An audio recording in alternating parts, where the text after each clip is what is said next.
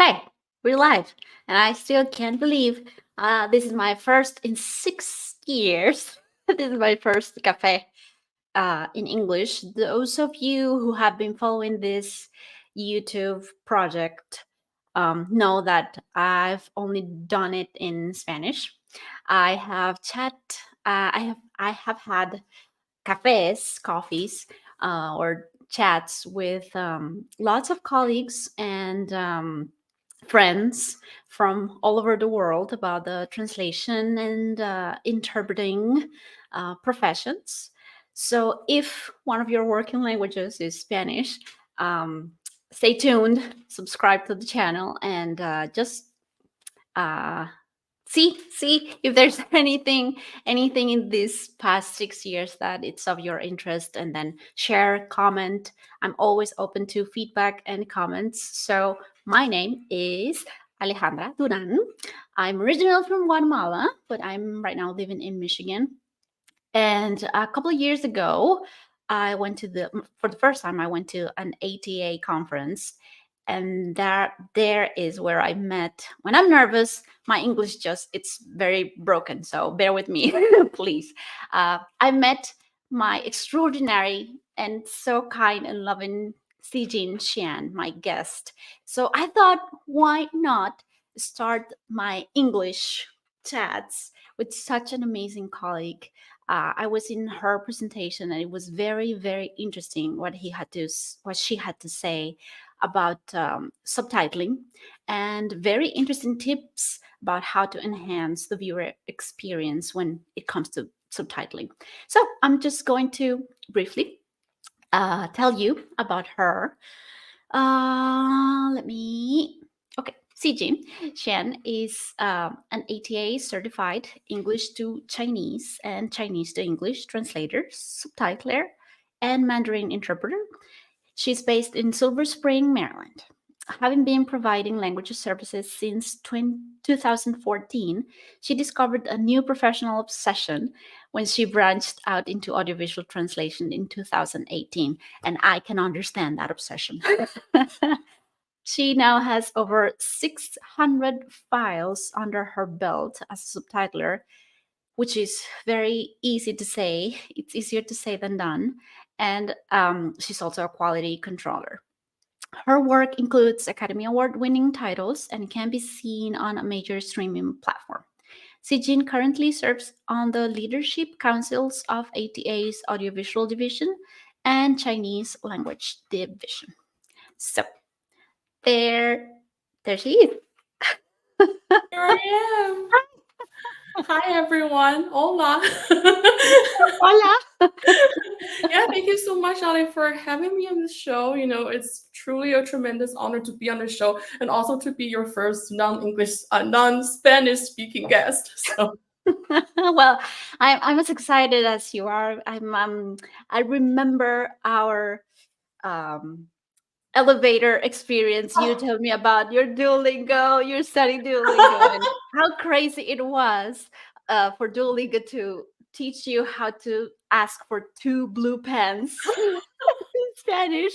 I know, so practical. Like I literally need to ask for pens every day, right? So I kind of like wink at that experience in our Instagram posts, and everything has been awesome. Our emails, our chats, and I think this cafe will be also very interesting for everybody and anybody who will see it live or not, because this video will be here in my YouTube channel. So anybody who wants to check it out, you can follow that hashtag. El Café de la Tarde is in Spanish because it started as a Spanish project, but you can follow it and see what else we've been posting about this interview. So my first question, CG, Yes.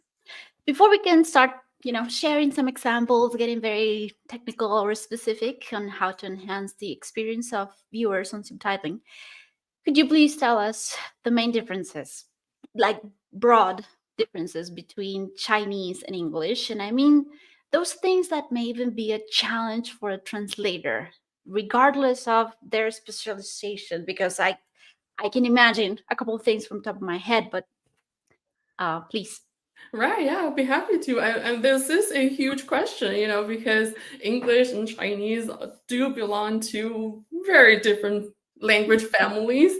And but luckily, we do follow the same order. So we do have the subject, verb, object order. So I think that makes things a little bit easier. But I think what strikes me the most about the difference versus Chinese and English is the fact that for me, English is a very logical language. I always think of it as a programming language because it's so structured and logical. No matter how long a sentence is, you can always parse it very clearly, right? You can always say, okay, so this is like a clause to this, where these two are parallel to each other, where this is like a causal relationship, or this is a past tense, right? This is talking or subjunctive mood, and we're doing some kind of hypotheticals. Like it's very clear what we're doing, and where this is modifying this and that. And my colleague Roni Gao actually made this great analogy of likening English to a tree. Whereas, so you can pinpoint any leaf on the tree, and then you'll be able to tell me which branch it belongs to and how it relates to the bigger trunk, right? Whereas Chinese feels like it's just a string of random phrases linked together, where sometimes it's not even linked, it's more like a pile of fragments, because so many of our structures are really flexible and loose and context dependent. Oh, So okay. you kind of get the idea based on just how these fragments sort of interact with each other, but it's not like every time you have to have this, very clear signifiers or very clear structure that's always this way. So I can give you a very simple example. Let's say in English we say, let me know when he comes by, right? So it's very clear because when is like a clause that tells you, this condition needs to be met for you to do this action, right? It's like a programming language. But in Chinese, I'll just say, oh, 他来了跟我说一声. So it's more like he comes, tell me, right? So that's what I mean by like random fragments being together. You don't need to have like a very clear grammatical sort of structure in there. We just understand the context, and in fact, it will be really awkward for the native Chinese ear if you say it like 当他来的时候告诉我, which will be literally when he comes, let me know. It's awkward. We don't need that. We don't need that because it's very much inferred, the logical connection. So a point related to that is, verb conjugation in cases, because we don't do that. We don't, like, the verb is always the same. So it makes it a little bit challenging for when we're going into English to Chinese, is that some translators might not be very mindful that the tense actually matters, because saying I was sure about something versus I am sure about something, very different, right? Because maybe you were sure before, but you're no longer sure. But in Chinese, if you're not careful and if you're not really in the context, you might not deliver the same message. So you want to make sure that in your phrasing, not in your grammar, but in your phrasing, you're saying something like I certain before. So then we know you're saying I was certain, or I certain now, meaning I am certain, right? So it's about the way you phrase things, not so much about the grammatical structure. I think these are sort of the big differences. And it's also related to that, I need to talk about word count and character space. Because let's say, if you give me 1,000-word English essay, the Chinese character count will probably expand to about like 1.5 times. So it will be about 1,500 characters, right? But this is actually not very relevant to subtitling, because in subtitling, what we're focused on is character space. Because in English, you can have 3 words, but they can be different in terms of character space, right? The word I is 1 character space, but the word fantastical is so much longer, right? So just by telling you 3 words it doesn't tell you how big how big of a space it occupies on the screen. But in subtitling, we do care about how much space it occupies because we just want it to be a little bit here, nice and neat. We don't want it to go all over the place. So here's where Chinese really has an advantage, because no matter what, one character, always two character spaces, because one character is just one character. Right? Because we don't do words, we do characters. So three Chinese characters, always this long. There's no variations, right? And 5, 6, it's very determined. Whereas English, it can be anything. It can be 3 words, 3 words, 3 words, right? We don't know. It depends on the words. So cool. The implication for Chinese linguists is that they can be too complacent, where they are being very wordy in their renditions, but they don't know that because the machine will never flag them, right? Because so if you're familiar with the subtitling workflow, just to explain for the audience here, character per second is a really important measurement that we use, because we want to make sure people can comfortably read it. So if you I'm gonna sorry to interrupt you, but I think no problem. Right now it's a good people. Oh, yeah. People that are not subtitlers. Right. I present. Right, what are you talking about? We introduce you to the subtitler workshop. So this is a program called Subtitle Edit, and it's free. It's very popular. Lots of subtitlers use it. And here you can see, so up here, we have the start time of the subtitle, the end time of the subtitle, the duration of the subtitle, which is also a relevant thing, and the text that we want to, that it would contain either English to English, same language subtitles, or it would contain the translation. So what Sijin is talking about is here that says characters per second. And we have, in subtitling, we have a limit. It's not like we can put whatever we want there. No, be happy. Right.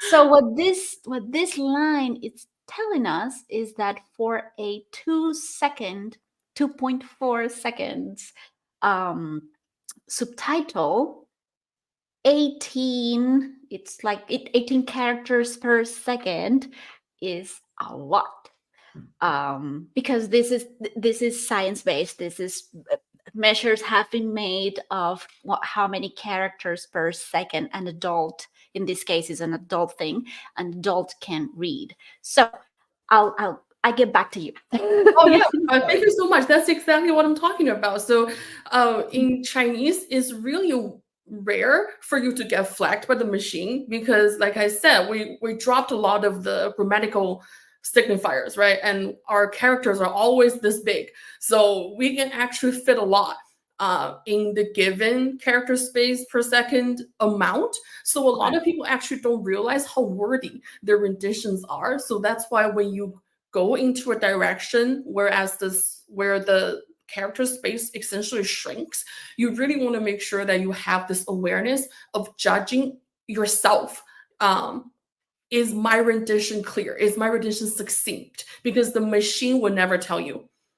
I have seen some really wordy renditions. The machine is not going to flag them. The people need to flag them. So you want to make sure that you always have, which ties back into the topic that we're talking about today, viewer experience. It's all about your viewer being able to read something comfortably. So do not overload their mental load unnecessarily, because it takes a lot of mental energy to read subtitles. So if you can say the most with the least, just be short and sweet, it's very much appreciated. That is so, okay, I've thought about, well, this is just to close this, people, we work with the video clients, with the video. Repeat after me, with the video. We work with the video. We also work with the audio wave, which is great for synchronization. But this is, you get the idea of how we work subtitles. It's not just about translate this script for me, translate this text for me. It's not just about that. YouTube doesn't do it itself. Well, sometimes yes, but the crappy stuff. Sorry to put it like that, but if you're reading comfortable subtitles, probably a professional did it in a software like this. Right. Okay, so going back, that was something that I was very curious to know, because the first thing I think when thinking about Chinese and English is cultural differences. Like Right. um, I don't know, things that I would have as an obstacle or as a challenge when subtitling English to Spanish. But I would have never imagined that the efficiency would be a disadvantage Right. for for English to Chinese subtitlers, because yes, you would never get flagged by the machine, and you will be giving to the audience a lot to read in their minds, to listen, Mhm. and then read and understand at the same. It would be. I can understand why you one of your tips, and we get in there. It's to say the least, like make the most out of your space, but Mhm. don't Mhm. get too comfortable with your, oh, my characters. I could put a lot of characters in Right, there. exactly. Especially, don't follow the English grammatical structure. Like I said in the example, right? Let me know when he comes by. You don't need a when. So do not put 当 blah blah blah 的时候 for that three extra characters. It's weird and it's counterproductive. Yeah. Okay. That's a great example. So, apart from the usual limitations and challenges that subtitling presents for translators that we kind of showed here, would you add any other challenges specific for English Chinese subtitling? Like jokes. Is that puns, idioms? I don't know. Any? I want to show you something interesting real quick on my phone because I think this will um, be very interesting for any professionals in a different language family than Chinese. So on my phone, I have something called family relationship calculator. Because you know how in English you just have brothers, sisters, cousins, aunt, uncle. That's pretty much it, right? But in Which, I'm sorry to interrupt you, but there is a cultural thing here too. oh In Spanish, so the children of our cousins are our niece and nephew, like right, second niece and nephew. right. But here, everybody calls cousins, Oh like cousins. And that's something we have talked about with my husband. And I'm like, no, she's not I said, she's not your cousin. It's your niece, right, And those she, are and like he was like, once removed, twice removed.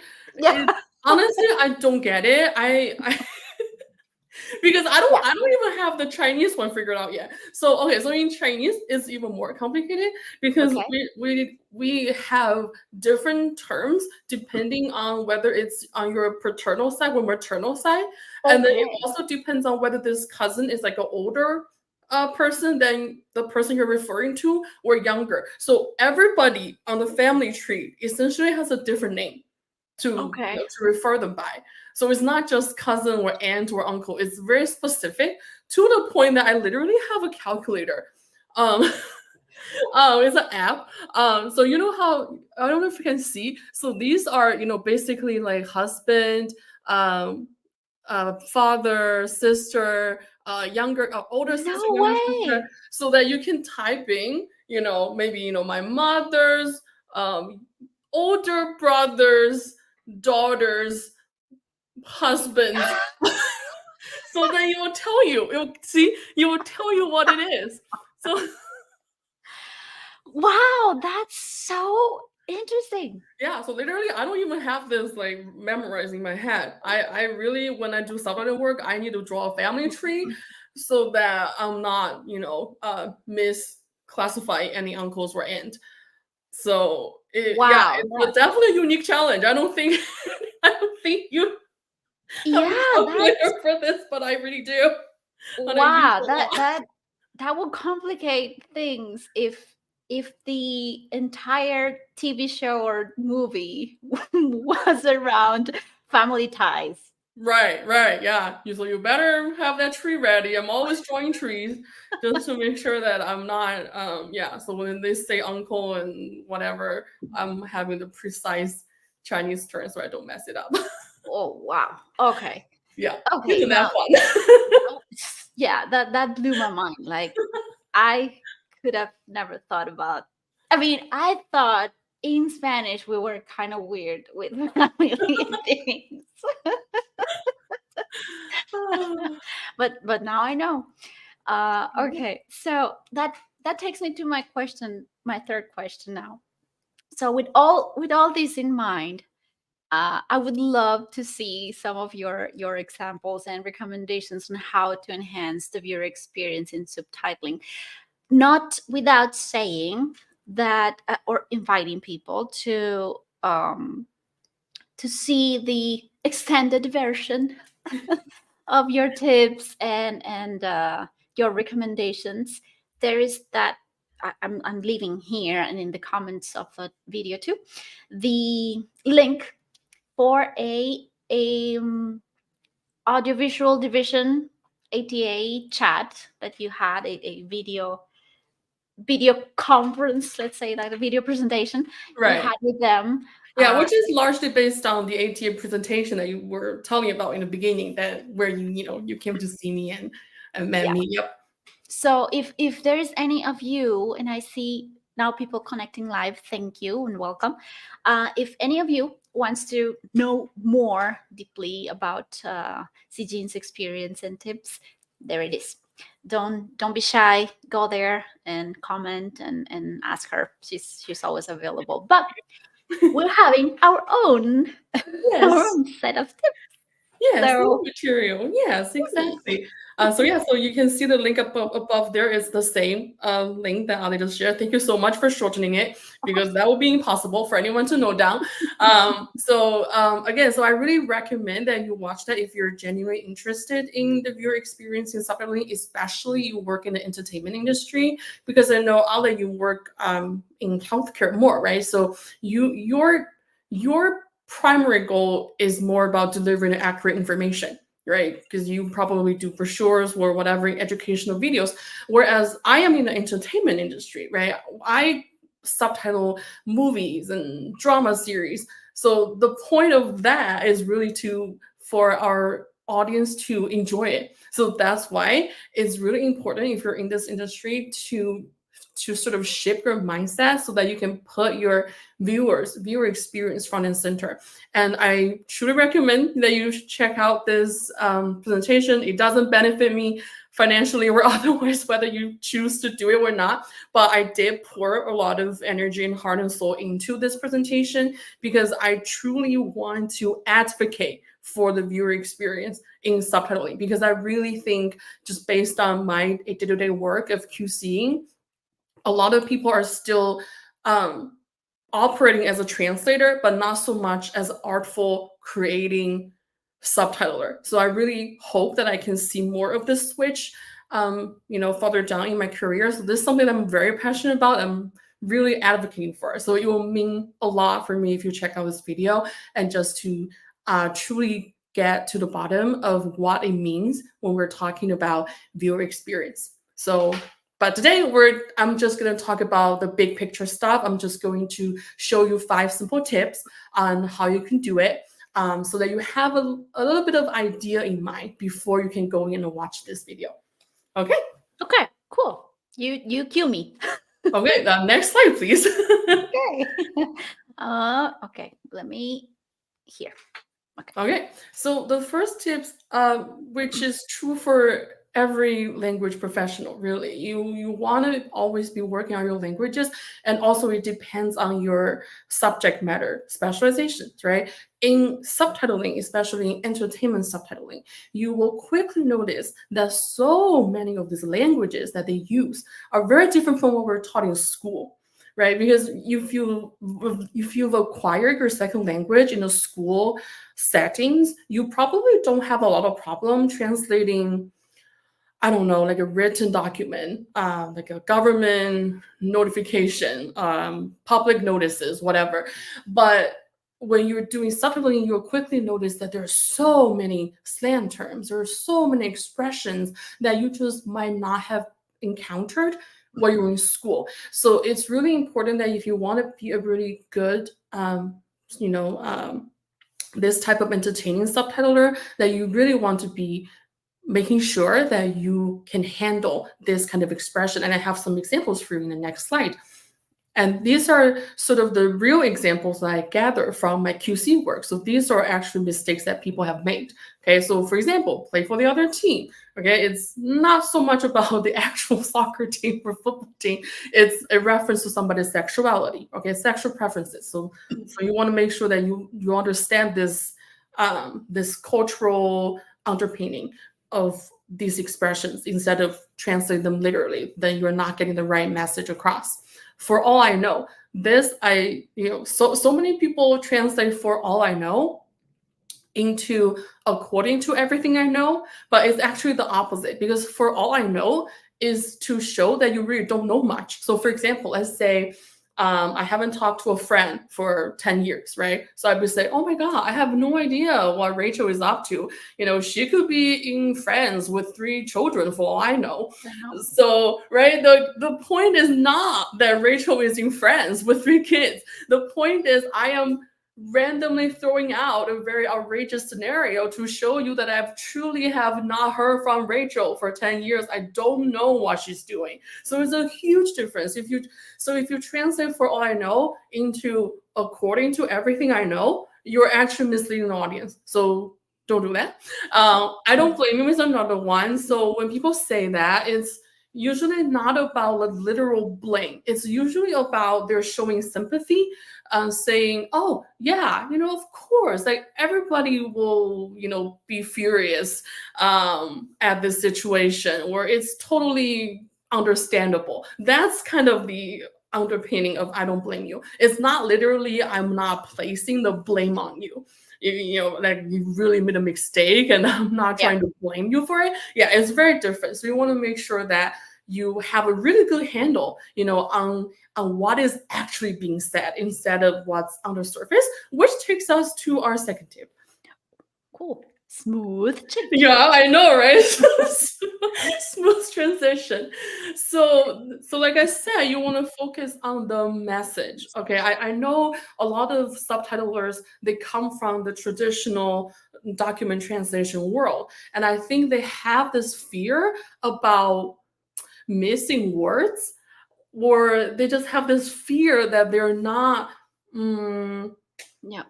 right, they're not taking into account of every word. But really you need to jump out of the mindset a little bit, because this is not legal translation, this is not patent translation, where you're erring on the side of being a little bit of stiff, but you want to be surgical precise, right? But here we're entertaining people. It's really more about getting the message across than being so focused on the tiny details that you're making the subtitle very hard to read. So I have 3 little points under this tips in the next slide, please. Yeah, I'll just add that at least in Spanish, we have in Twitter, in X Twitter, X Twitter, there's a hashtag that could be translated to "nobody talks like that." Oh. And because there's so many examples of translations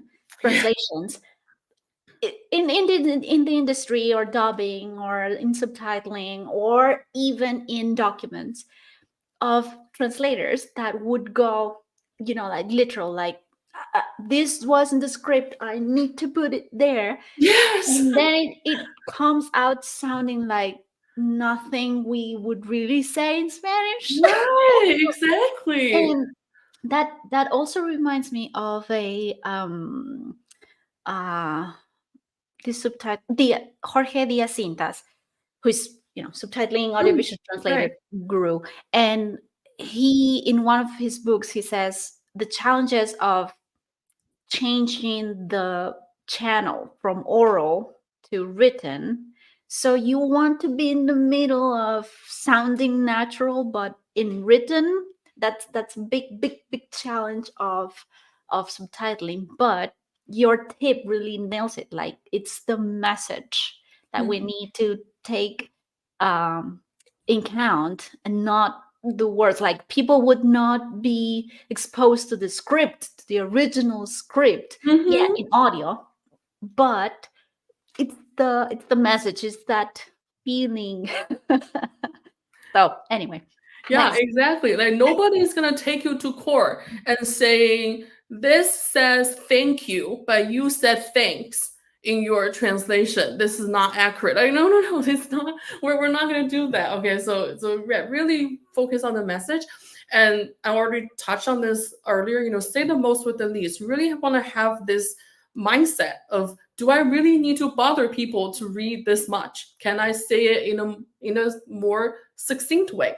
For example, you can say learn how to play the piano, but you can also just say learn the piano, right? It's the same thing. You don't need to make sure that everything is there. Or say, oh my God, the original said how to learn the piano, so I must include that in my translation. No. You can make things just more concise, because it's a lot trying to listen into a foreign language while also watching reading subtitles. It's a lot, so make it easier for people. But also there's a fine balance here, which is something I talked to in the video a bit more. But it's also not being so short that it's jarring. So for example, if the original sounds like da da da da da da da da da da, you don't want your translation to be so succinct that it literally reads like da da. Okay, so that's like overdoing it, because there's a healthy balance of like what people are hearing and what they're reading are about the same volume wise, so that people don't feel this sense of jarringness. It's like, I'm not even sure if I'm getting the right message, right? Because it sounds so different, in my ears, but I'm reading something really different too. So I don't know if I'm getting the right message. So you don't want people to think like that. You want people to have like a really smooth, harmonious viewing experience. Okay, so similarly, like I said earlier, right? Not every word is operative. Like I said, how to play the piano. You don't have to literally do every word. It's about the idea of learn piano, right? That's the idea.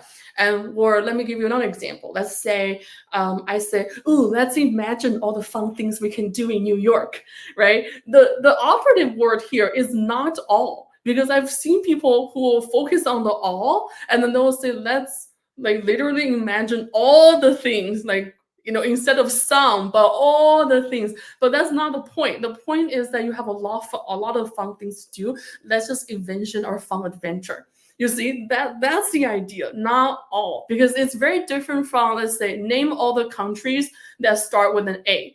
In that sense, all is important, because all and some are different, right? But let's imagine all the fun things we can do in New York is not literally everything, if that's clear. So you always have to have a good judgment, right? What's the core message here? Instead of being so bogged down into the word for word, and then you're making the output really stiff. And another thing also, which is also different from legal translation, right? In legal translation, I said you almost want to err on being a little unnatural, but you want to be very precise. Versus in entertainment subtitling, we want you to be more interpretive.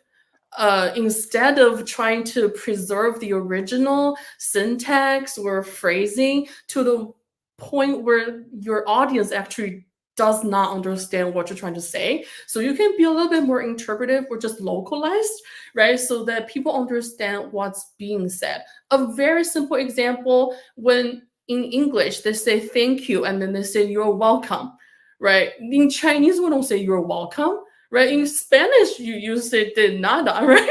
You don't say you're welcome literally, but you automatically have a way to say that expresses the same thing. So that's essentially all subtitle translation. It's all about decoding the message into thought, right? What is the idea that is being said, and then re-encoding that into your native language. So these two should not have like a word for word relationship. They should have like a meaning to meaning, thought to thought relationship. So that's really, really important.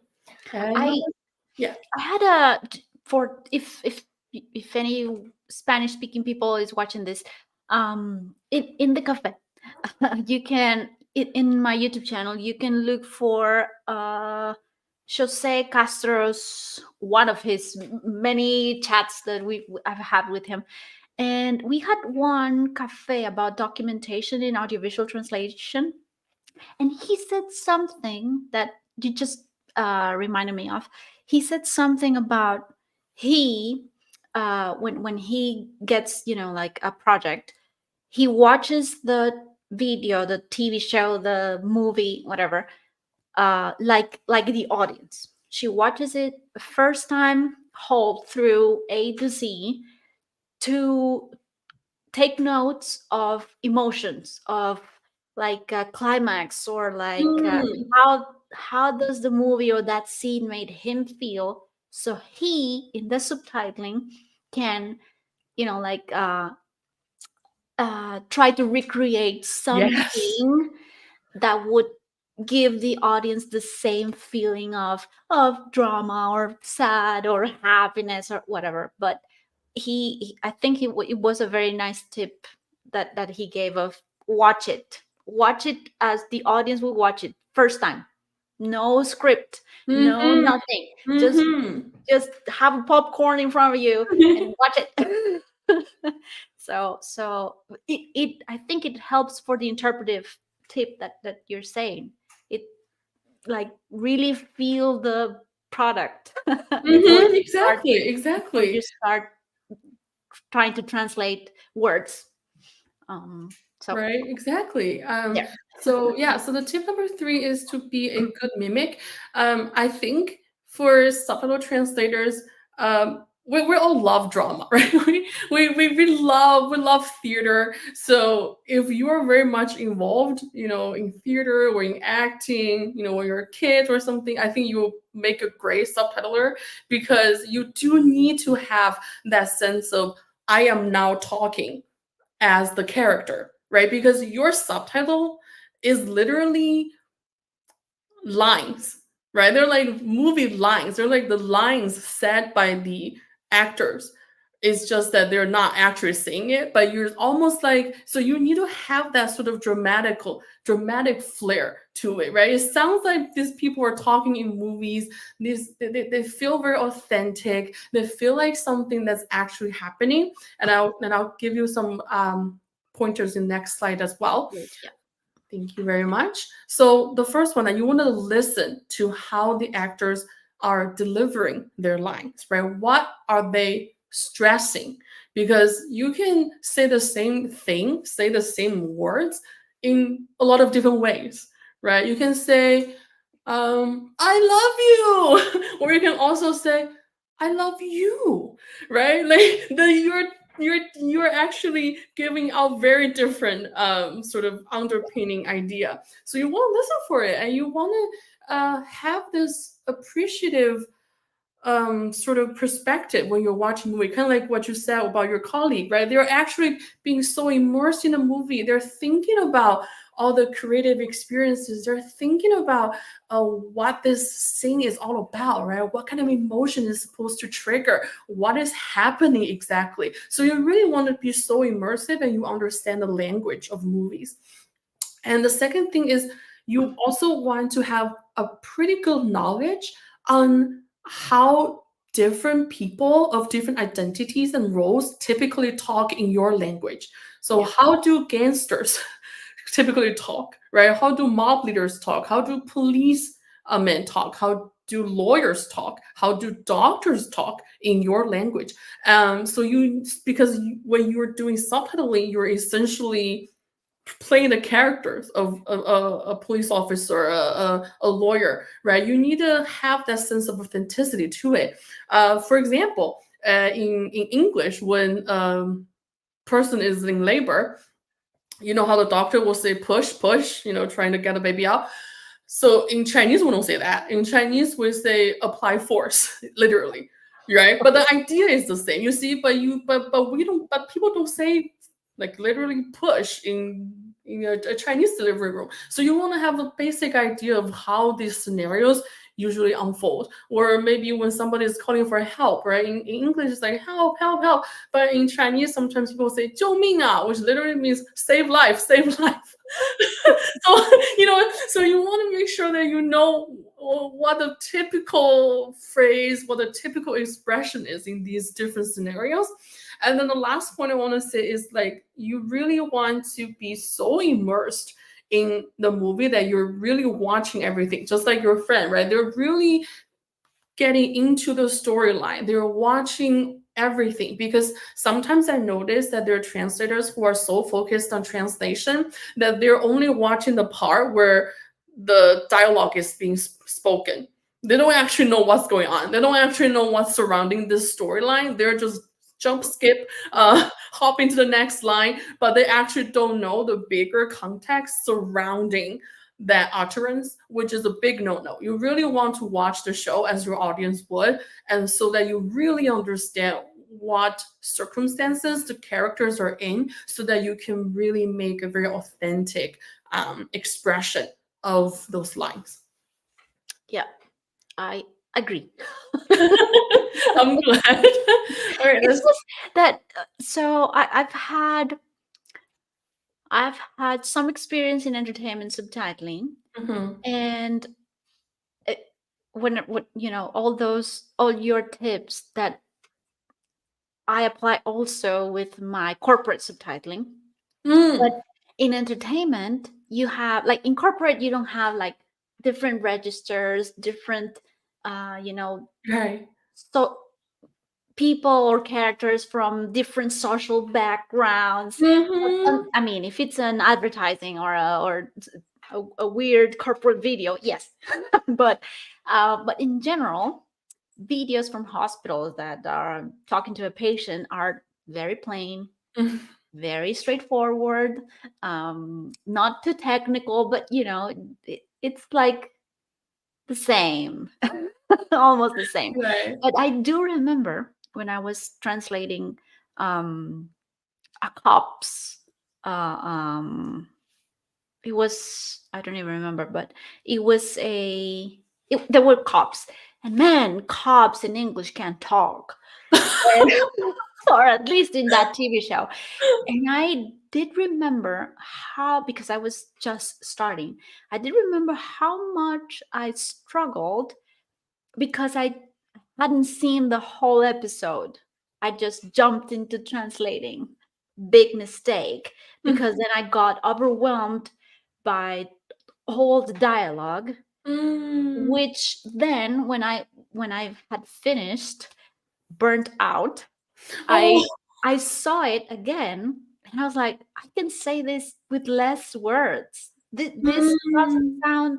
I was reading it, doing my own QC, if you want, and I was like, no, that's not how it worked. But I was so attached to the original that I forgot I was playing the characters. I needed to give voice to the actor. I needed to give voice to the cop, to the victim, to the thief, and so on. So I think this is a awesome tip of Oh, the I'm good glad. mimic. Yeah. Right. So Titaman, for also kind of tying back to your colleagues' idea of really watching this movie, from an artistic, appreciative eye, because movies and dramas, these are creative pieces of work, right? Nothing in movie making is incidental or accidental, right? Everything is very deliberate. There's a reason this actor is being filmed this way. There's a reason this actress is announcing whatever words this way, or there's a reason the lighting is like this, where the way everything works. Like that you I think it's really important for a subtitler to speak a director's language, right? You have this eye that you can really appreciate the camera work. You can appreciate line delivery. You can appreciate all the little creative decisions that are that are sprinkled throughout a show. And the better that you can be very perceptive to those little things, I think the more you're capable of trying to really incorporate those elements in your own work as well. So I'll give you again some little pointers in the next Yeah. slide. I would I'd love to add something very quickly. Sorry, I'm No, interrupting. I love this. I mean, this is how it's supposed to be. I love that we're sort of bouncing off of each other's languages. Because you said in English what my colleague said in Spanish that time, like 5 years ago, and he said, Okay, I need to give him a high five. I will relay that. yeah. So what you said, it's nothing happens for no reason in movies. And I do remember telling to a class once, I was giving them a general review of shots, close up, like landscaping, and all the shots, Right. if it's too far away, and I remember one of my students saying, why do I need to know how close is the person? So I thought, man, something that for me, as a like something that has subtitle, for me it's clear that those things are important. It made me think how I had to present that to to students or to newbies, like why, as an advocate, but you as an advocate as for entertainment subtitling, like having you saying, speak the director's language, understand the shots, understand why the light is in this character, for example, or all the things that happen that are not in the script. Understand, having you saying that is, to me, a cherry of the pie. Because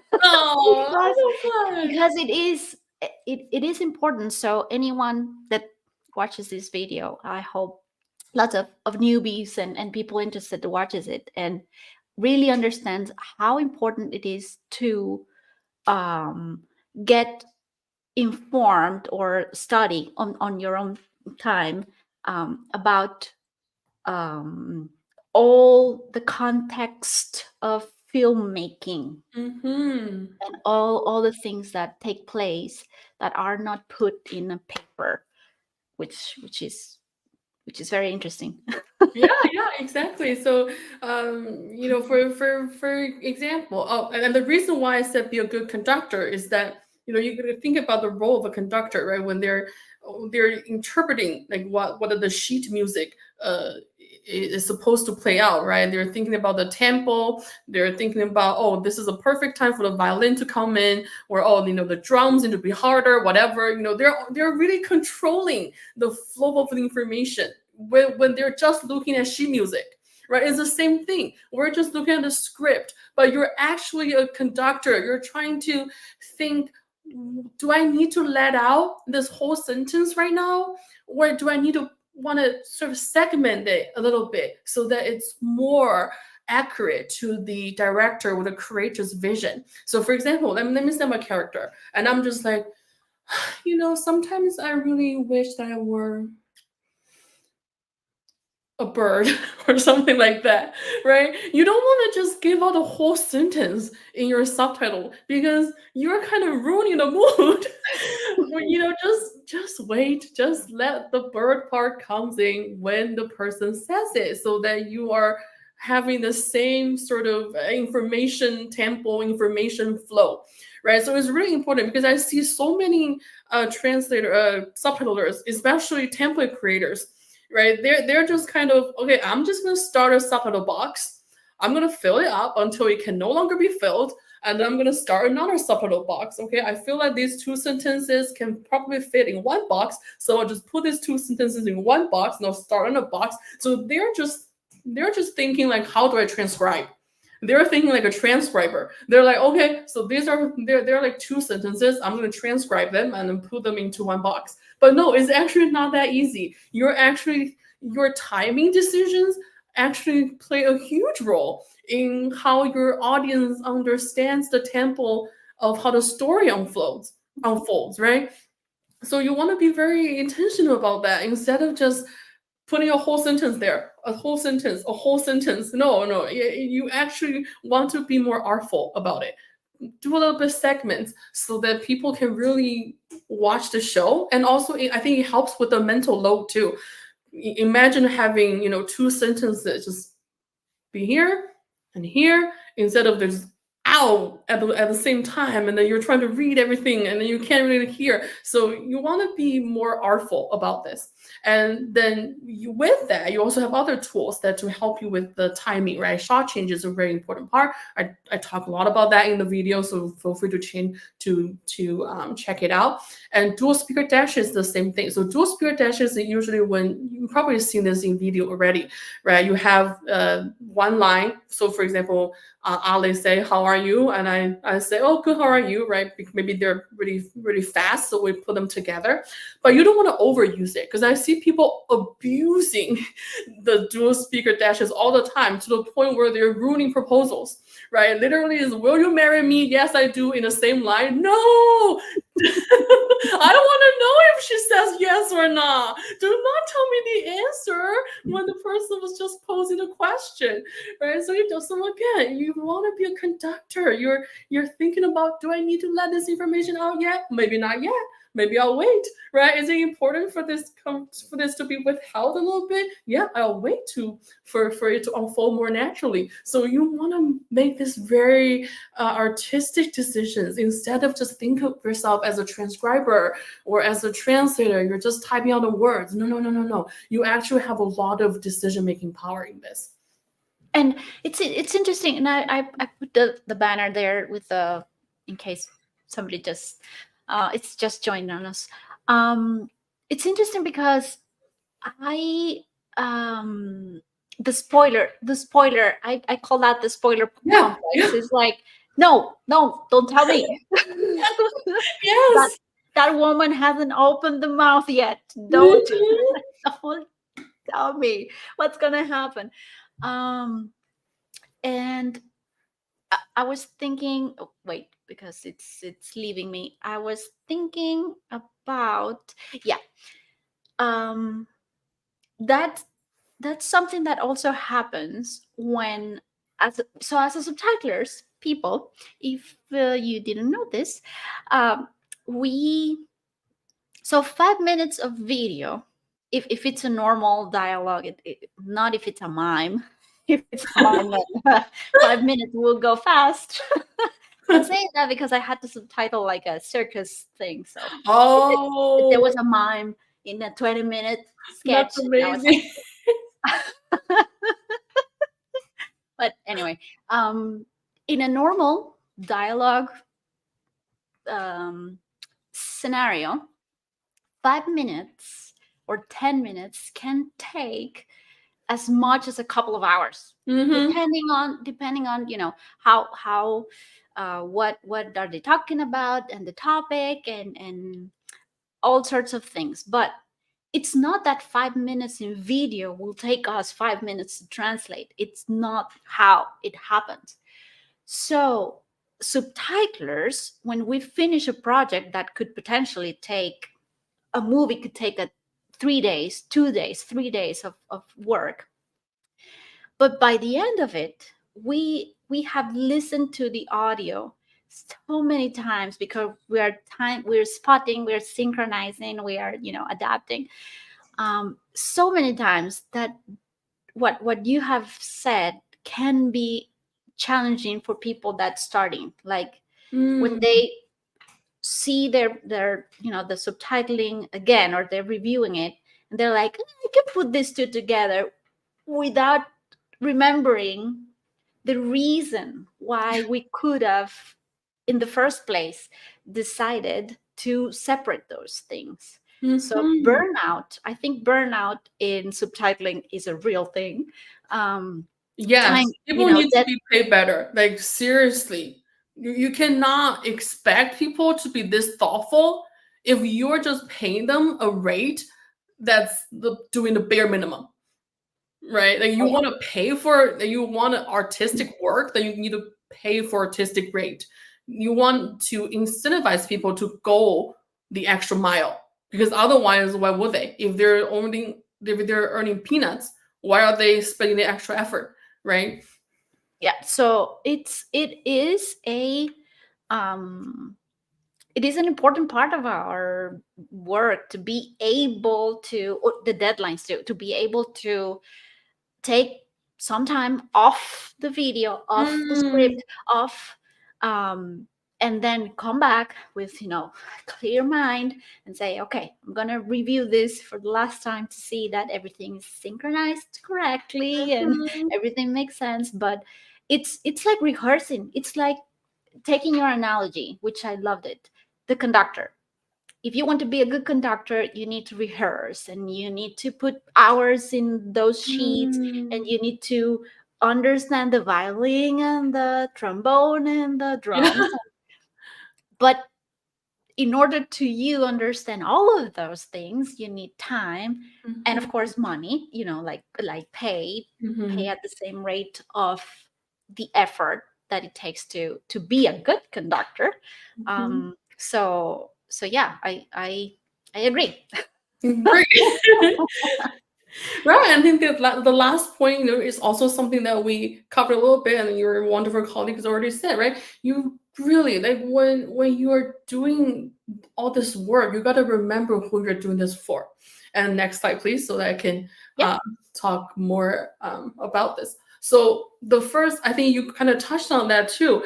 How can you, after you have worked on this thing, after you've spent decades learning your second language, but how can you put yourself in a mindset where you pretend that you do not know the language, so that you can truly watch your subtitles and determine whether they really sound good to somebody who does not speak English, right? Who only speaks Chinese. They're trying to understand this show. Can that person understand it? Because sometimes the thing with translators is that because we know the language, we know both languages, we know both cultures. So sometimes we forget what our audience does not know. Yep. We forget, wait, is this even like an American thing? Is this more a Chinese thing? Or like, regular Chinese people know this thing, right? A lot of people sometimes, which is natural, right? Because when you are constantly exposed to two cultures, two languages, sometimes you don't remember where this knowledge comes from. Like, do I learn this in China, or did I learn this in America? Right? So I think it's really important to cultivate this partition in your brain, that no matter how advanced you are in your second language, you can still speak your first language, whatever that might be, in the purest form possible, right? So that you sound like somebody who's been in your home country this whole time, instead of somebody who's obviously been living 3 decades in a different country. Because that those kind of people, right? Maybe they forget the expression, or they start to talk in English, or their mannerism is completely westernized, or whatever. So you want to make sure that you can put yourself in a mindset like, I do not speak English right now. I have not watched this film. I am a blank slate. And then you use that mindset to watch your own work, right? Watch your own work through, so that you can really appreciate whether you've done a good job or not. And I want to quickly explain the audience avatar thing. I was practicing interpretation with a colleague, and she was telling me that, I feel like my simultaneous is so much stronger when I visualize a grandma next to me. So if I feel like I'm explaining things to a Cantonese speaking grandma or something, I feel like I have a better performance in my simultaneous interpretation. And I was like, oh my God, I do the same thing. I also visualize a grandma when I do my subtitling, because and it doesn't have to be a grandma. I think the point is, when you're doing your work, you need to visualize there's a person who's gonna watch this later, right? Is this person that's gonna be that you're gonna think about this person and be wondering, can this person really enjoy this show that I'm doing? Can this person really understand everything, right? So I think when you have like a concrete image, maybe that'll really help you perform, because you have a purpose now. You're not just going through the motions, typing out words. You're actually creating this for Joe or for Sam or for whoever you want this avatar to be. And I think that will really improve your performance. Yeah, I when I write anything in my blog, I think about my mom. Think about, No. she's gonna read it, so I mean, I naturally want to sound like me when I'm writing. Mhm. um and when I'm doing this, it needs to flow for me. Yeah. But I have my mom in mind, like, is this something, if it's too technical, I want to explain it, because Yes. then other moms, other dads, other people that is not in my translation world may be, reading it or seeing it, and I want them to also be exposed to information that would give them something new. Like, would probably, I hope, learn something. So yeah, I understand the audience avatar. What I think, well, I usually do that when I subtitle. I mute the audio Yeah, a lot of people do that. Yeah. so I can only focus on the timing and the letters and the text, and if it's Mhm. too fast, uh, Exactly. Yeah. because we kind of, after hours of working on the same thing, we kind of like know, okay, now this is going to appear, this is going to come in, out. But without the audio, it works for me sometimes. Yeah, so I make myself um not even think in English, because that makes it difficult. Yeah. But Yeah. Seriously. Yeah. It's very important to. and I want to emphasize in your last tip, or the third of the tip 5, watch your own work through. Yes, Mhm. yes, and yes, please. Yes. Yes, because as QCers, I can really tell if you want your own work through or not. And like I said, the technical parameters that we talked about very early in this show, right? It's just a machine-based calculation. It really does not speak to how well your subtitles read. So you need to really put your subtitles to the test of the movie playing, because that's how your viewers are going to watch the film.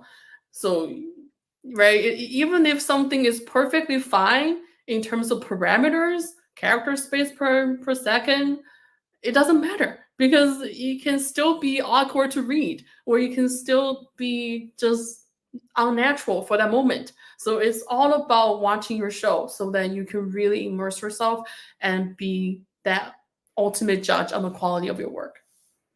Yeah.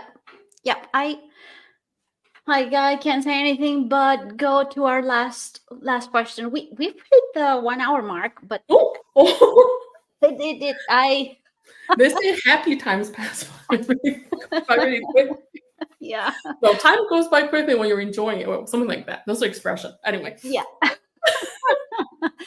But so I have one last question, Sijin, and what Yes. would what would be your recommendation for students or professionals who are just starting their studies in Chinese, for example, or Mm, English or a second language, and right. want to specialize in subtitling? Right. I think that's a great question. I think the first thing will be to be really patient, because it does take a long time for you to get it, in your second language. I've been learning Spanish on Duolingo for 2 years. I still don't know the language at all. Like I still don't get it, but I'm very patient because I know it took me a very long time to understand English in the deep level that I understand it today too. So definitely be patient. It really takes a lot of time and effort when you're learning a second language, but keep going because there will be one day, literally, you wake up and you're like, I got it. Like I understand this now. Like I'm starting to see how things are connecting. I'm seeing, the bigger picture. I sort of understand it now. And that experience will give you immense joy. So definitely keep going. And secondly, if you want to specialize in subtitling, especially entertainment subtitling, you do want to expose yourself to a lot of dramas and movies, right? Not just in your second language, but in your first language as well. Because, like I said, you need to understand the movie writing tropes in your own language as well, so that you can render it in a really authentic way. So yeah, whatever subject matter you want to focus in, you want to work on a lot of input because when you have a lot of good input, you can have good output, right? Otherwise, it's garbage in, garbage out. Because you want to have great input, and then your output will be extraordinary as well. Cool. Thank you. Thank you for those recommendations. Those are Yes. awesome. And I would let me if because that's one question also that newbies or students have make me, and it's where can I practice? What? And I always say when you want to do something, you will find you will Yeah. find. But there's a um archive.org. Okay, there. If you go there, you can download free license short videos, just like this one I have here. It is a 1942, I think, video about how the eye works. It's not long, it's a 5-minute video.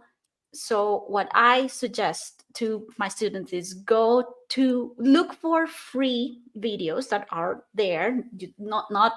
Don't go piracy, don't go downloading videos with copyrights, but there are videos there out there in YouTube too, free with free license that you can download and practice your subtitling skills and your ear, and so there's databases also of videos. So quick search if you really want to um, start.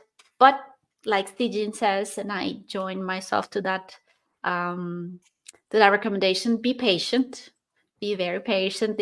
This takes time, it takes practice, and be open to feedback too, because we all mess up, we're humans. So if somebody is reviewing your work and it says, oh, you Mhm. should do this here, do this, Yes. don't try not to be like defensive, like, but Mm. mine was good. Yeah, but it can be better. We can Yeah. always be better. Work in progress. We're always perfecting ourselves. Yeah. So if you follow this cafe in Spanish, you know that I'll always give a Spanish word to my guests. Well, when they are not from Guatemala, because what's the point? Um, so I always give them a word that's very Guatemalan or very Central American or Latin American. Sometimes it's a word that we only use in Guatemala, and sometimes it's a word No. that it's used throughout Central America. So My guest today will be also trying to guess a watermelon word. And this Oh word, no! yeah, is this Meaningful can word. save me. And this word is cachivache. I love your eyes. No, I have no idea what it means, but it reminds me of ceviche just You're because of hungry. the You're spelling. hungry, Sijin. Delicious, by the way. But yeah, I have no idea what it means. Cachivache. So cachivache is like, for example, things that you have in your basement that have been there for whatever decades, and those are, it's like not trash because it's things that you have been keeping that you don't Mhm. want to get rid of, but Oh, they are there just filling themselves with web with spider webs. right. It's So collecting catching, or dust. you can also say to, like, when you're having a fight with your partner and they are leaving, you can say, take your cachivaches with you, like Oh, take your things with you. right. Like your junk or whatever. Yeah, yeah, your Right. junk. Yeah, so cachivache is like junk, like I have a lot of cachivaches in this house, like Oh, I love it. Cachivache. cachivache. So now it's my turn, but this is it. Thank you for joining us. No. Okay, so now, because this is a give and take, now I have to go. You can, I think. I do have it here because I printed it out because otherwise you will not see it because this is actually a very visual show and tell that I'm doing. Oh my god! So, so this is But wait, but I see characters duplicity. It's to me, it looks like the same character 3 times. yes, great. Okay. Wow, look at you. Exactly. Okay, so this character is the traditional Chinese character for dragon. Okay. And as you know, well, we probably know, we just welcomed the Year of the Dragon, Yeah, probably yeah. 2 years ago, 2 years ago, 2 weeks ago, Weeks 2 ago. weeks ago, for our Chinese New Year. So this year is the Year of Dragon, and you will always see this everywhere. Well, in many places in China. So this character is actually made of 3 dragons, and it's pronounced Da. Okay, like Ah, Da. Da. And so it pretty much means what it looks like. So 3 dragons flying together. So the idea is that when you say 龙行达达 to somebody, basically means you are wishing them that they're taking flight and they're soaring high like dragons. So huh. it's a auspicious message. So in a way that you can translate it, but the reason why I chose this word, not just because it's a Chinese New Year, but also because this is a very visual language that we can translate it, but you'll never get to see the visual display of 3 dragons flying together. Yeah. So, okay. So that is because I'm gonna be full ignorance with you. Oh, don't worry about That it. is one. Right, this is one character. Okay. This is a character uh, pronounced da. Okay. Okay. Yeah. Okay. So it's what I'm trying to say is it's not 3 characters, but just one. Right, right. Even though this alone also serves as a character, but yeah, this character, this is one character on its own. Okay. Da. Yeah. And what was how was the phrase that you said? Oh, 龙行达达. So this twice. So now 龙. So 龙 means dragon, right? So this is 龙. Okay. Long. And 行 means movement. Uh-huh. And then 达达. So 2 of these. So literally in this phrase, there are 7 dragons. That's how much we love dragons. Okay. So Long shoe da da. 龙行达达, right? That means may you take flight and soar high like dragons. Oh, well, I mean, that's lovely itself. Not like my cachivaches. No. But I mean, I've had an awesome time today Me too. Thank you so much. with you. It's been a very interesting tips and recommendations. Thank you, Sijin, very much Thank you, for Ollie. your time, for the Of time course. you've put into answering my emails and Oh, getting ready for this. I really appreciate it. of course. Once more, I am sharing with everybody where the video or the short link for the video where you can find a extended version, an hour long Yeah, and a of very serious version. That definitely broke out my, anchor voice for that one. Like this is like me, the usual self, and that one, I don't know. I don't even know who that woman is, but yeah, it's the same person. It's my yeah. serious professional self. So there, here in that link, you can see a more serious Sijin, and you can learn a lot from it. It was, I think it was the presentation where I Yep. met you Yep. and in the ATA, and it was awesome. The comments on this video will stay here in the chat in the YouTube channel. Subscribe, send your comments, send your questions. I have planned another English cafe for this season. I'll be having Bradley Klein. I think it's his last name. I follow him on Instagram. He's a child of deaf, no, not deaf parents. And we will be Mm, talking about American Sign Language and accessibility, and ooh. it will be awesome. Oh, that's I think wonderful. so. So yeah, so you're welcome to go snoop around in my YouTube channel. There, all of the interviews are in Spanish, but I want to do more in English. I think Yay! So it'll then be I can awesome. follow you. you have It you would have take me two 3 decades before I can understand Spanish that well. yeah, you have two people here who are talking in their second language. How cool is that? And Yay! I really celebrate languages and bilingualism and multilingualism, and Mhm. what our job, our professions bring brings us closer to awesome people like Sijin. You're welcome to. So the cafes are how do you say that in English?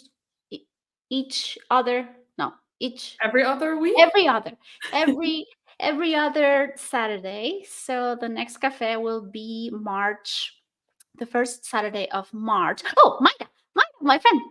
Hi, Maida. My last week guest is saying thank you both in live. Hi, thank you Oh, for being here. So my next guest will be Alex. Um, Alex, man, I am awful with last names today. I'm sorry, Alex. I forgot your last name. But we will be talking about Spanish spelling, Spanish language mm, spelling, and whatnot. All other different curiosities about Spanish. So stay tuned. You will be follow me, follow Sijin too, please. Sijin, what are your uh how can people find oh, you? I think let's it's see. at I am on trans. LinkedIn, so LinkedIn is just my name, Sijin Xian. And on Twitter and on Instagram, I'm at translation. So TRANSLAXIAN. So it's a play on word. It's translation, but Shan is my last name. So it's translation. Translation. Yeah. Okay, I get it. Yeah. Okay. Yeah, it's Cool. a mouthful to say, but once you see it, you get it. Translation. Yeah, Yeah. yeah. Yeah. So you can follow her also, and contact her, whatever. Yeah. Whatever Yeah. you Reach out. think it's Yeah. great. And thank you, everybody. Follow, Thank comment, you. share. Thank you, Sijin. We'll see Yeah. you next time in 2 weeks. Okay. Bye.